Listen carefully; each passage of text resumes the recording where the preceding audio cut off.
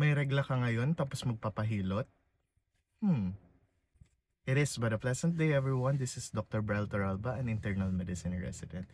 Ang sasagutan nating katanungan ngayon ay isang follow-up question regarding dun sa isang video na pinost natin dito sa TikTok.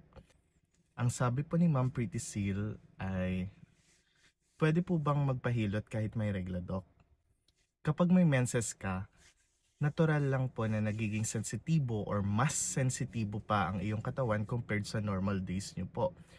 Kaya ang pag-massage or paghihilot during menstruation, for some patients or for some women, nakakatulong po ito sa pag-relax po ng kanilang mga muscles, doon sa cramping ng mga muscles po nila at pag-promote ng mas magandang blood flow.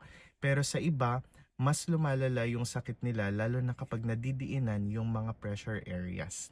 Kaya kung magpapahilot po kayo, siguraduhin na very gentle lang yung pag-massage po nila dun sa area at iwasan po nila ng napakadiin or hard pressure dito sa may tiyan na area or sa may pelvic area dito sa may balakang para po maiwasan ang pag-trigger ng discomfort po sa inyo. And siguro kung heavy bleeder ka or sa araw na po na ito ay malakas po yung pagmemenses nyo, personal advice na lang po na ipagpaliban po muna ninyo yung pagpapahilot until the next day or the next day.